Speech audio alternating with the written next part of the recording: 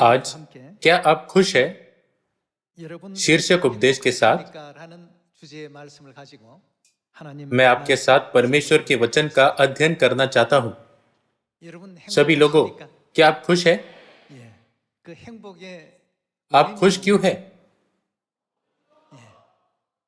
जब आप बच्चों को देखते हैं तो आप उन्हें सिर्फ एक खिलौने से खुश कर सकते हैं। एक छोटे से टेडी बेयर से भी वे सबसे बड़ी खुशी महसूस करते हैं। फिर हम स्वर्गीय संतानों को क्या चीज बहुत खुश करती है? यशाया की भविष्यवाणी में लिखा है कि सियोन में हर्ष और भजन गाने का शब्द कभी नहीं रुकेगा। जब हम भविष्यवाणी को देखते हैं तो हम पुष्टि कर सकते हैं कि सियोन में हर्ष और आनंद हमेशा उमड़ता है।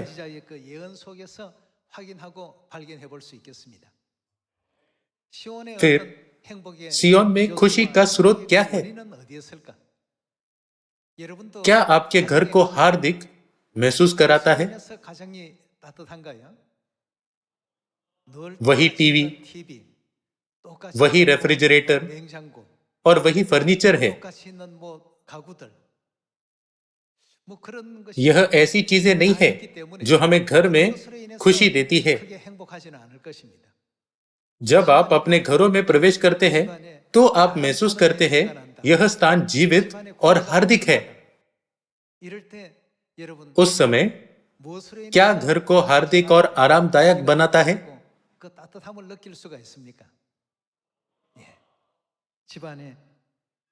सबसे महत्वपूर्ण तत्व माता है।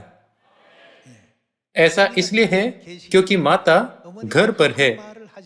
भले ही वह कुछ न कहती हो, लेकिन क्या वह घर को गर्मजोशी, खुशी और प्रेम से नहीं भरती है?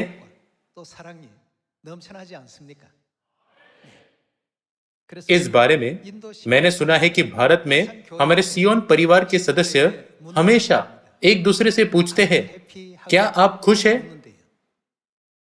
यह उनके लिए अभिवादन बन गया। सभी लोगों, मैं भी आपसे यह पूछना चाहता हूं, आर यू हैप्पी? क्या आप सचमुच खुश हैं? हम खुश हैं क्योंकि हम परमेश्वर के साथ हैं। हम जल्द ही स्वर्ग के राज्य में प्रवेश करेंगे।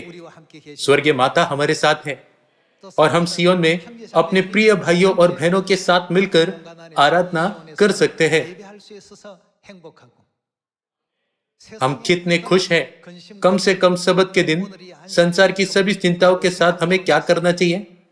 हमें उन सभी को एक तरफ फेंक देना चाहिए। आज आइए हम केवल परमेश्वर, स्वर्ग के राज्य और स्वर्गीय माता के बारे में सोचें। मुझे आशा है कि आप सत्य के वचनों का अध्ययन करेंगे और परमेश्वर के वचन के भीतर खुशी का आनंद लेंगे, जिससे आज का दिन एक अनमोल दिन बन जाएगा। जैसे जैसे सियोन में सदस्यों की संख्या बढ़ती है, वैसे वैसे घर की तरह कुछ समस्याएं भी उत्पन्न हो सकती है। कभी कभी संतानों के बीच यह सोचकर प्रतियोगिता होती है, माता किससे अधिक प्रेम करती है।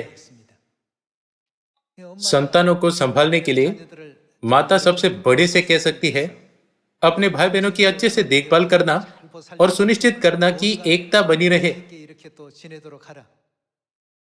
भले ही छोटे भाई बहन ईर्ष्यालु हो जाते हैं,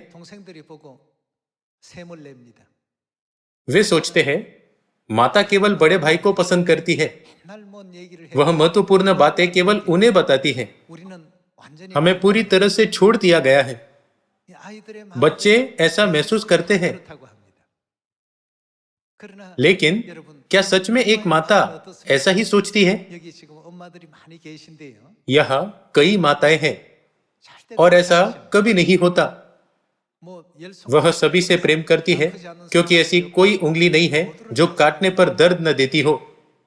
अमेरिका में एक प्रसिद्ध राष्ट्रपति थे जिनका नाम आइजनहावर था। वह द्वितीय विश्व युद्ध के नायक थे। वह विख्यात जनरल थे और बाद में उन्होंने संयुक्त राज्य अमेरिका के राष्ट्रपति के रूप में कार्य किया। वह 7 पुत्रों में से एक थे। लोग उनकी माता से कहते थे,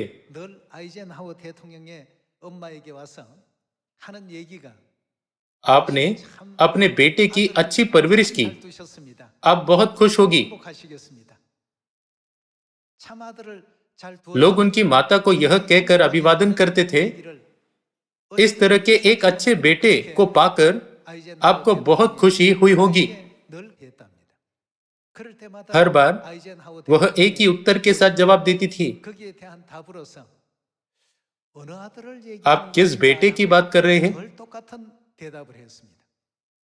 उनके शब्दों का अर्थ था, मुझे अपने सभी 7 बेटों पर गर्व है और मैं उन सभी को उल्लेखनीय मानती हूं, इसलिए मुझे नहीं पता है कि आप किसकी बात कर रहे हैं। बेशक लोग आइजनहावर का जिक्र कर रहे थे, लेकिन चाहे वह एक जनरल हो या राष्ट्रपति, इससे उन्हें कोई फर्क नहीं पड़ता था। उनका मतलब था, वह मेरा प्रिय पुत्र है और मुझे उस पर गर्व है, लेकिन मुझे अपने सभी 7 पुत्रों पर गर्व है। ऐसा इसलिए था क्योंकि उनमें से प्रत्येक ने अपनी अपनी भूमिकाएं निभाई और अपना जीवन अच्छी तरह से जिया। यदि उनमें से एक में भी कमी थी, तो वह अपनी माता की याद में कैसा था? उन्होंने उसे एक बेटे के रूप में याद किया जिस पर उन्हें गर्व है। सभी लोगों, स्वर्गीय माता सियोन की सभी संतानों से प्रेम करती है। राष्ट्रपति आइजनहावर की माता एक बहुत ही बुद्धिमान महिला लगती है। जब भी लोगों ने वह प्रश्न पूछा, तो उनका जवाब एक ही था, आपको एक महान पुत्र पाकर बहुत खुशी हुई होगी, आपको सचमुच गर्व होगा। तब वो कहती, आप किस बेटे की बात कर रहे हैं? यह एक छोटा उत्तर है, लेकिन मैं उस एक वाक्य में उनके चरित्र की काफी झलक देख सकता हूं। स्वर्गीय पिता या स्वर्गीय माता किसी भी संतान को दूसरे से अधिक प्रेम नहीं करते। उन्होंने सियोन की सभी संतानों के लिए अपना लहू बहाया, कड़ी मेहनत की और अब भी हमसे प्रेम करते हैं। हमें यह कभी नहीं भूलना चाहिए। इस प्रकार मुझे याद है जब माता ने कहा था,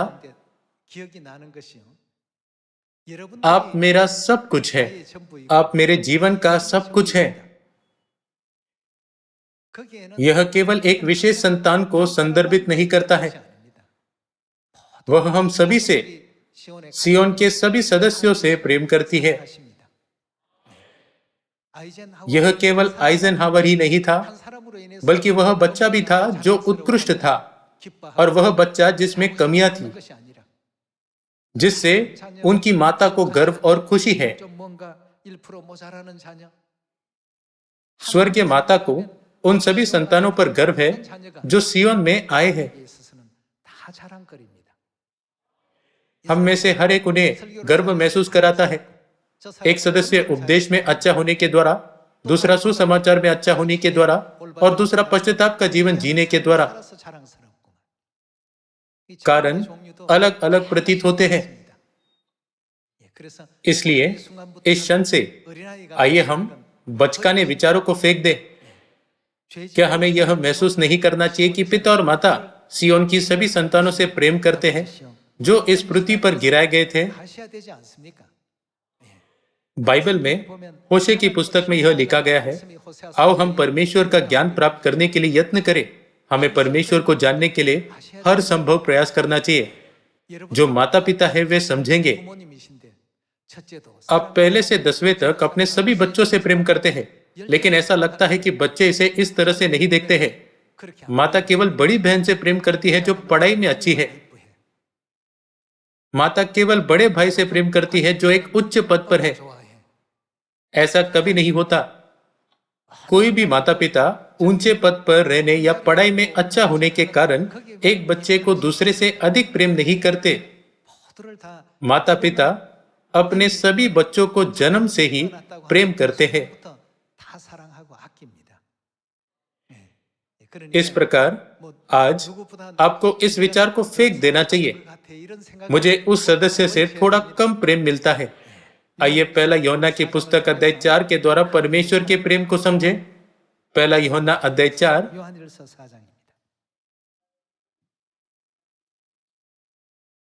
आइए पहला यूहन्ना अध्याय 4 आयत 7 पर एक नजर डालें।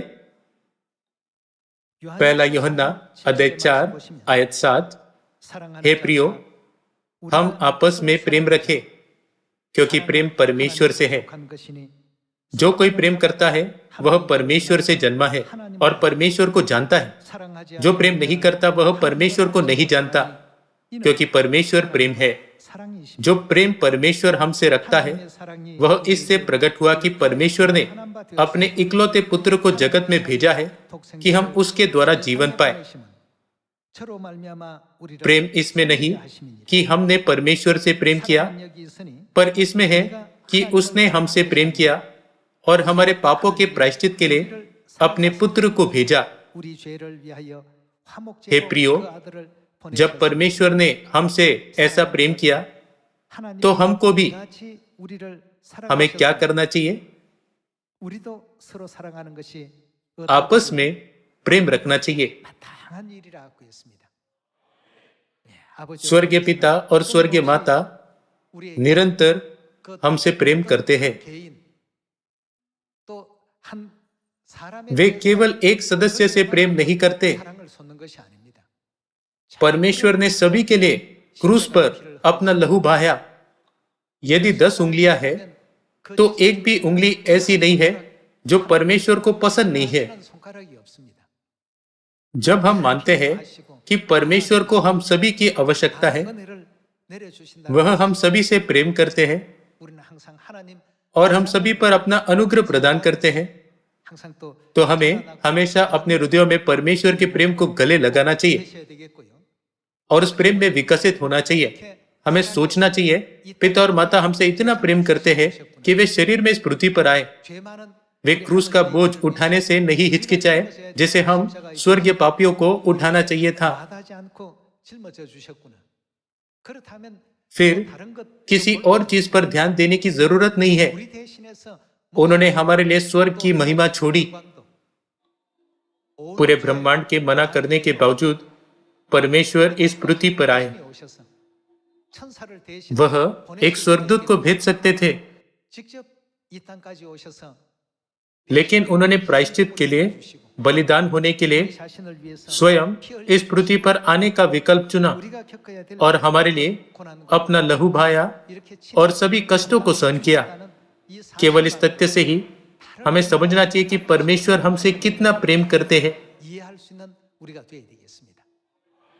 अब हमें परिपक्व होना चाहिए, जो पिता के हृदय और माता के बलिदान को समझ सकते हैं, है ना?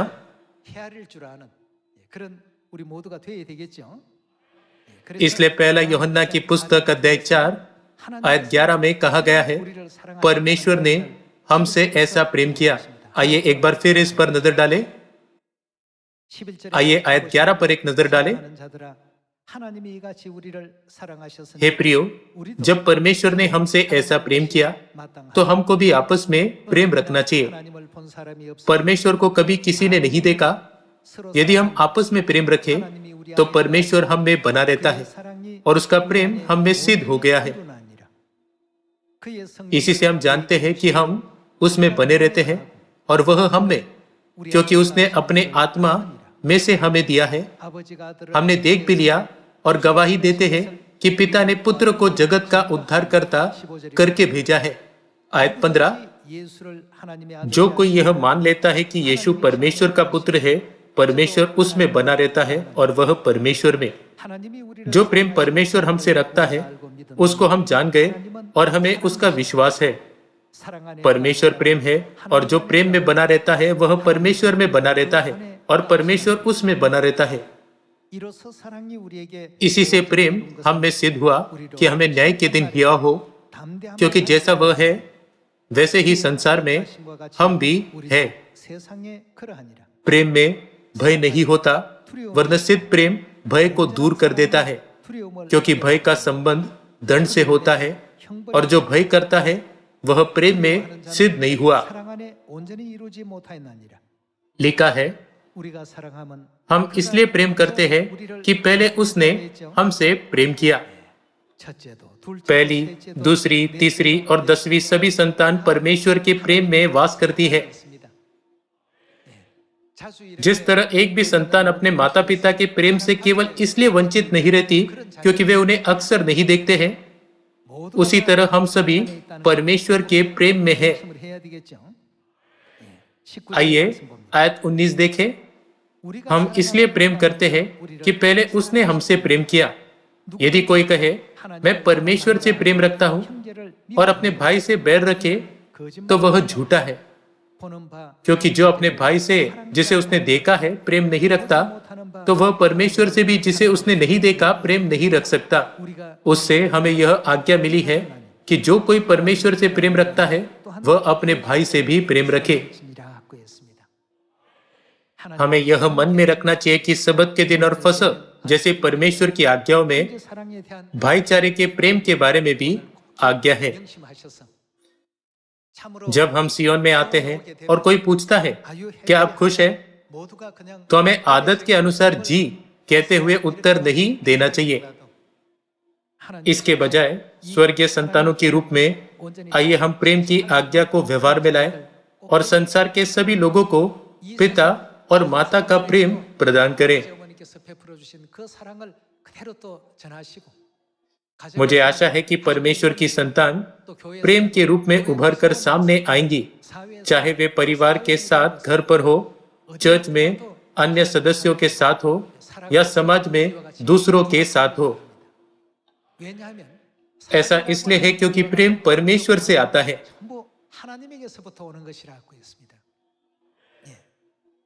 फिर हर समय प्रेम का हृदय होना एक जीवित प्रमाण है कि परमेश्वर हमेशा हमारे साथ है ना? आइए हम अपने आसपास के सभी लोगों के साथ प्रेम से पेश आए। स्वर्गीय भाई और बहनों, परिवार के सदस्यों, सहकर्मियों, मित्रों और परिचितों के साथ। केवल तभी हम सियोन को घर जैसा महसूस करा सकते हैं, जहां भोजन का स्वाद घर के बने भोजन से भी बेहतर होगा और वातावरण संसार के वातावरण से अधिक गर्म और सुखद होगा।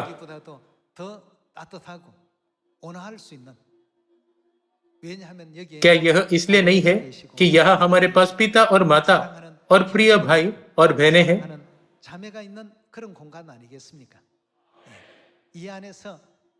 सियोन की सभी संतानों को पिता और माता के प्रेम में दिन ब दिन विकसित होना चाहिए। इस तरह परमेश्वर ने हमें प्रेम के बारे में गवाही दी है। आइए हम पहला कुरिन्थियों की पुस्तक अध्याय 13 पर जाए।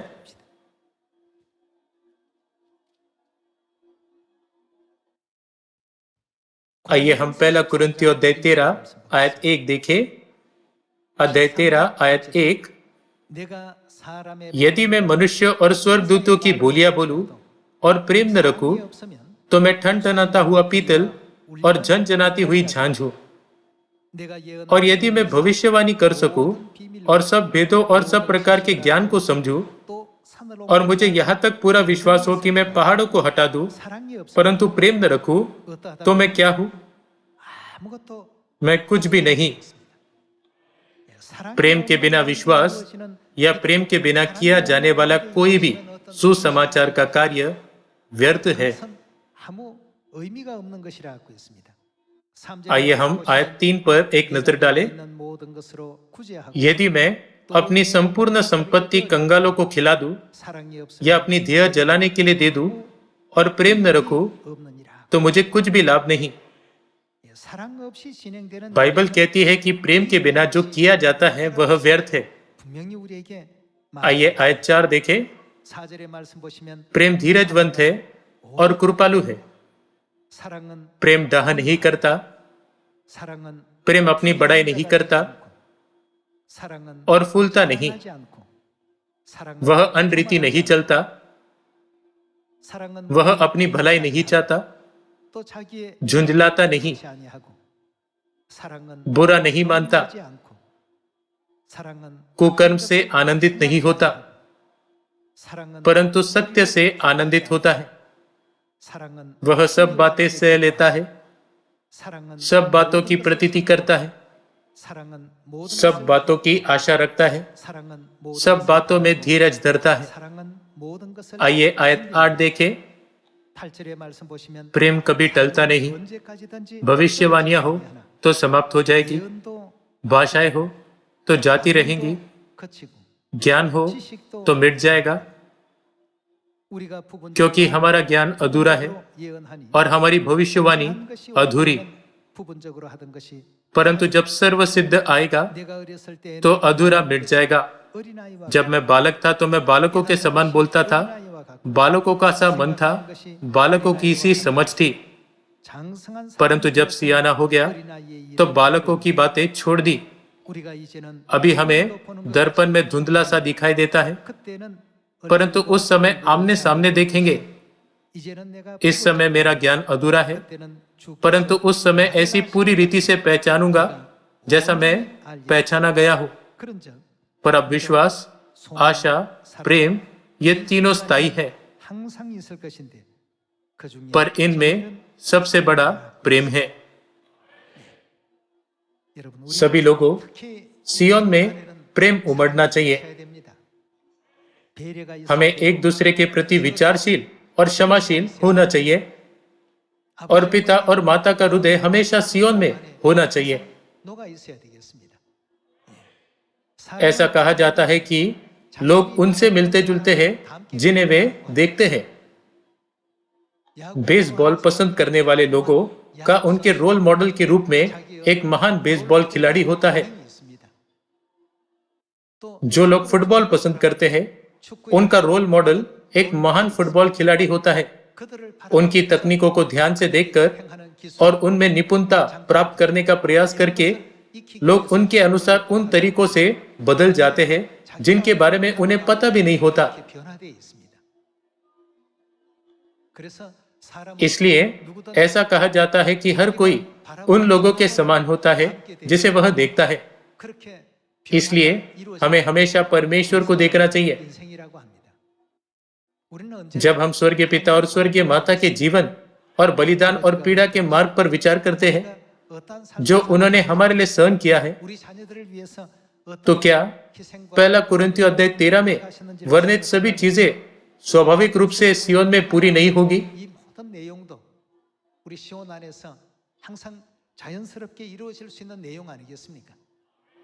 हम हमेशा आनंदित हो सकते हैं, निरंतर प्रार्थना कर सकते हैं, हर बात में धन्यवाद दे सकते हैं और एक दूसरे के प्रति विचारशील हो सकते हैं। हमारे पास अब्राहम के समान प्रेम होना चाहिए जिसने कहा, यदि तुम बाएं को चुनोगे तो मैं दाएं को चुनूंगा, यदि तुम दाएं चुनते हो तो मैं बाएं चुनूंगा। भले ही वह एक उच्च पद पर था, लेकिन उसने अपने भतीजे लूत को पहले चुनाव करने दिया। परमेश्वर हमें याद दिलाते हैं कि सियोन में हमारा यही स्वभाव होना चाहिए। दिन प्रतिदिन अनंत स्वर्ग का राज्य निकट आता जा रहा है। इजराइल और फिलिस्तीन के बीच और रूस और यूक्रेन के बीच युद्ध चल रहे हैं। विभिन्न जलवायु आपदाओं के साथ साथ यहाँ और वहां भूकंप आ रहे हैं। जब हम अपने आसपास हो रही घटनाओं को देखते हैं तो यह स्पष्ट होता है कि जिस दिन परमेश्वर इस पृथ्वी का न्याय करेंगे, जैसा कि बाइबल में भविष्यवाणी की गई थी, वह निकट आ रहा है और स्वर्ग का राज्य निकट आ रहा है। यदि हम सभी ऐसा महसूस करते हैं तो क्या हमें इस भविष्यवाणी को पूरा नहीं करना चाहिए कि सियोन में हमेशा हर्ष और भजन गाने का शब्द सुनाई देगा और फिर स्वर्ग के राज्य में प्रवेश नहीं करना चाहिए? ऐसा करने के लिए हमें यह याद रखना चाहिए कि सियोन किस प्रकार का स्थान है। यह हमारा घर है जहां पिता और माता है, और हमारे माता पिता ने हमारे लिए क्रूस की पीड़ा को सहने में संकोच नहीं किया। यह परमेश्वर का घर है यदि हमारे पास यह समझ है तो जब भी कोई पूछता है कि आप खुश हैं, हम आसानी से उत्तर देंगे, जी मैं खुश हूं। क्या सियोन को ऐसा नहीं होना चाहिए? राष्ट्रपति आइजनहावर की माता की कहानी की तरह स्वर्गीय माता केवल एक सदस्य को प्रेम नहीं देती है, वह सभी से प्रेम करती है। कृपया मन में रखिए कि वह सभी को समान रूप से प्रेम करती है। यदि कोई स्वर्गीय माता से कहता है, आपको इतना महान पुत्र होने पर बहुत गर्व होगा, तो वह निश्चित रूप से वही उत्तर देगी। आप किस बेटे की बात कर रहे हैं? मुझे अपने सभी पुत्रों पर गर्व है। आप किसका जिक्र कर रहे हैं? आप किस बेटी की बात कर रहे हैं? मुझे अपनी सभी बेटियों पर गर्व है।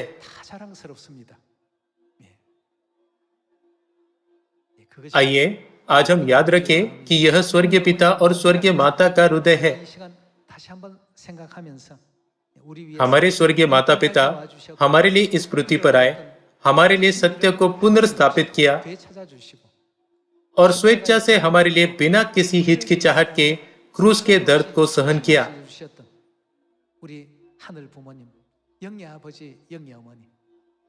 आत्मिक पिता और आत्मिक माता के अनुग्रह को याद करते हुए आइए हम जल्दी से पश्चाताप करें और नए सिरे से जीवन जिए ताकि हम अपने स्वर्गीय देश में लौट सके। यह आशा करते हुए कि आज का सबक पश्चाताप, धन्यवाद और महिमा से भरा होगा, मैं उपदेश को समाप्त करना चाहूंगा। आपका बहुत बहुत धन्यवाद।